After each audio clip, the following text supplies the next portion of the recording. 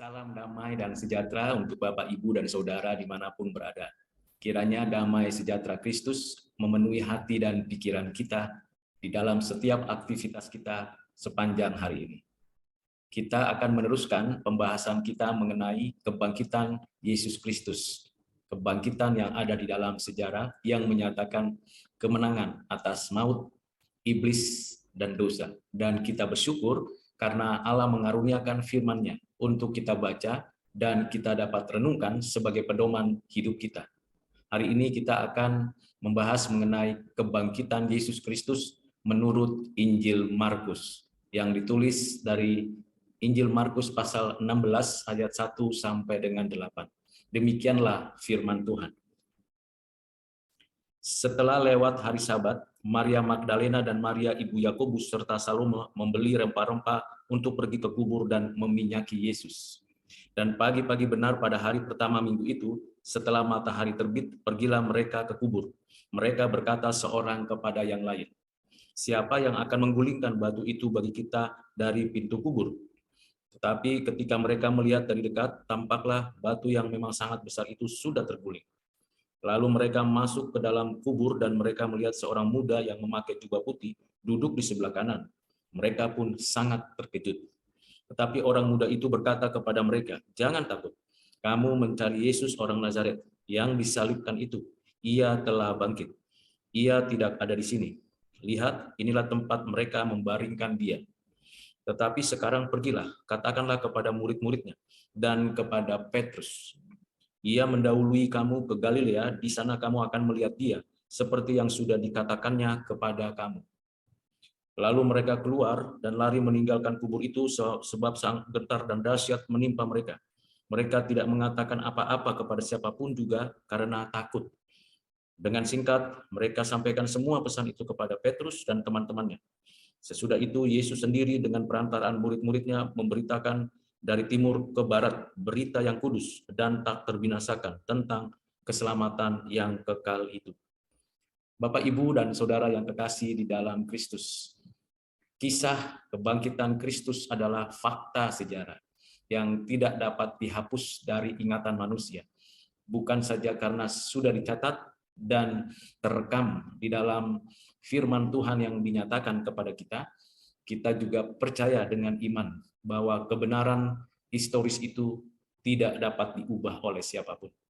Setelah Kristus menyerahkan nyawanya, meninggal wafat di atas kayu salib, mayatnya dikuburkan, dan selama 3 hari ia berada di dalam kuburan, turun ke dalam dunia orang mati, Hades, memproklamasikan kemenangan, memproklamasikan bahwa ia sudah selesai menyelesaikan misi Bapa di bumi. Dan kita bersyukur karena pada hari yang ketiga, seperti yang sudah dijanjikannya, diajarkannya kepada murid-muridnya, bahwa pada hari yang ketiga ia bangkit. Ia bangkit menyatakan kemenangan. Ia dibangkitkan oleh Allah Bapa. Ia dibangkitkan oleh Roh Kudus. Ketiganya yang esa membangkitkan kemanusiaan Yesus dan ia mengenakan tubuh kemuliaan yang nantinya kita juga pada hari kedatangan yang kedua kali mengenakan tubuh kemuliaan.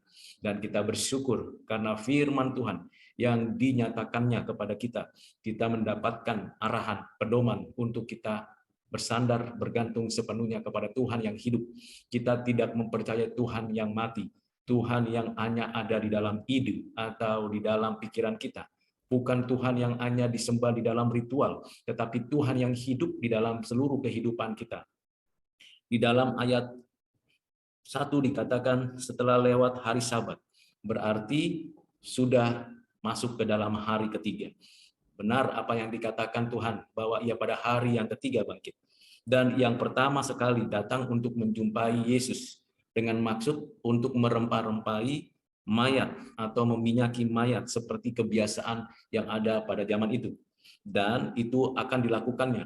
Dan biasanya memang kaum perempuan yang mengerjakannya.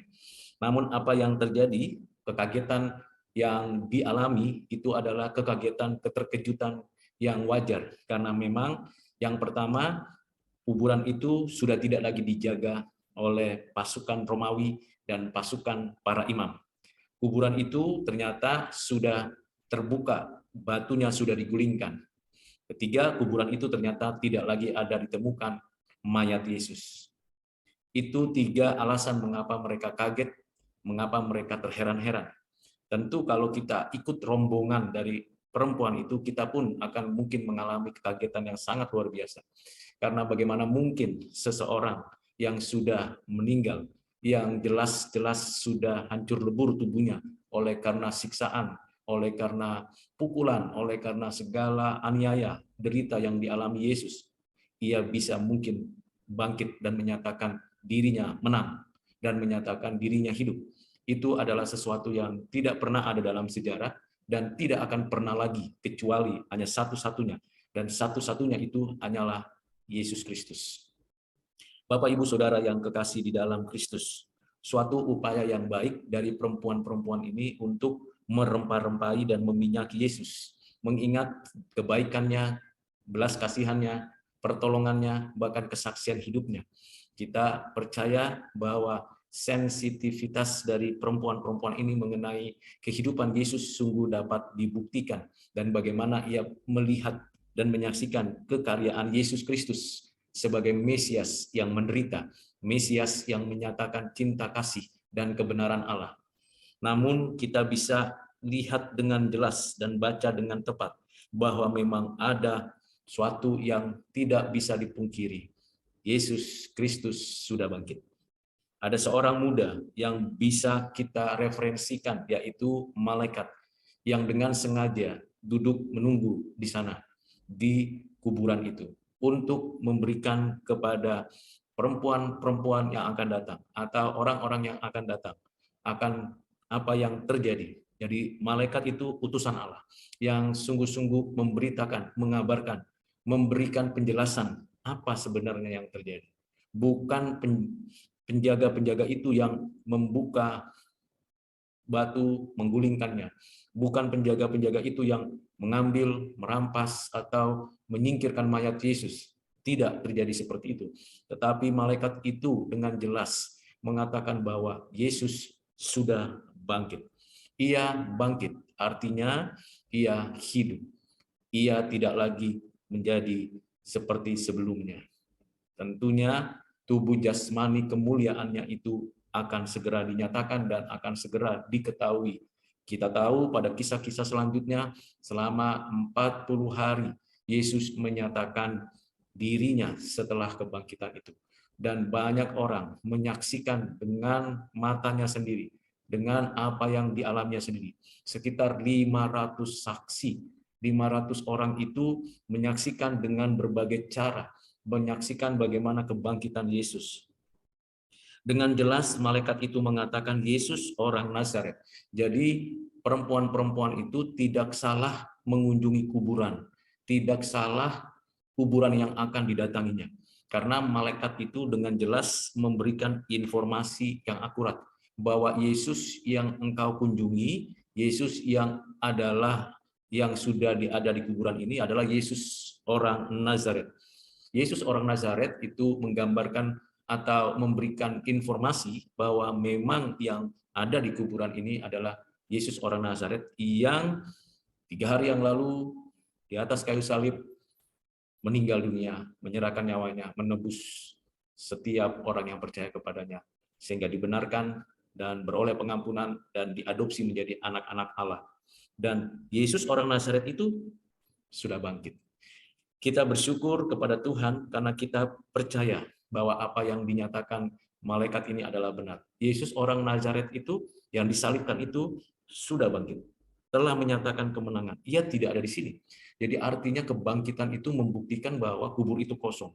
Kubur itu kosong, Yesus sudah bangkit. Bagaimana dengan keberadaan kita sebagai orang percaya? Kalau hati kita kosong, isilah dengan kuasa kebangkitan Kristus. Kalau hati kita masih diisi oleh kematian demi kematian karena dosa, maka kita tidak melihat hidup, dan hidup itu tidak ada di dalam kita. Dan kita bersyukur karena Yesus sudah bangkit, kubur itu kosong, hati kita yang kosong diisi oleh Yesus yang sudah bangkit. Dan perempuan-perempuan itu tidak berdebat, tidak berdiskusi, tidak mencari tahu apa yang selanjutnya terjadi, Tetapi perempuan-perempuan itu segera keluar dan mereka tidak berbicara apa-apa, langsung memberitahu kepada Petrus.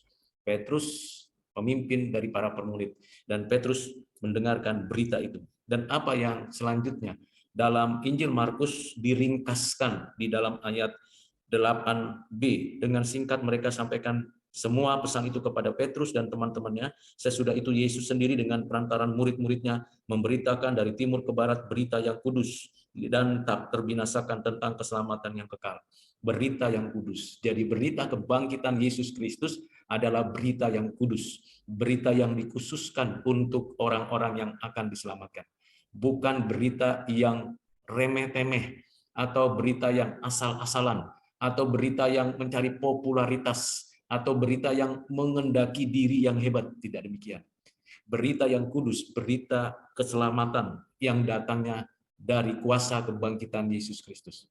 Mari Bapak, Ibu, dan Saudara, kita dengan hati gentar seperti perempuan-perempuan itu, tanpa debat, tanpa diskusi, tanpa ada kasak-kusuk sana kemari, mereka segera memberitakan berita yang kudus, dan melalui kita, Kristus bekerja menyatakan kuasa kebangkitannya. Apakah Bapak, Ibu, dan Saudara sudah mengalami kuasa kebangkitan Yesus Kristus? Apakah Bapak, Ibu, dan Saudara sudah menyatakan itu kepada orang banyak yang belum percaya, yang berbeda agama, yang berbeda kebudayaan, yang berbeda gaya hidup, yang berbeda generasi?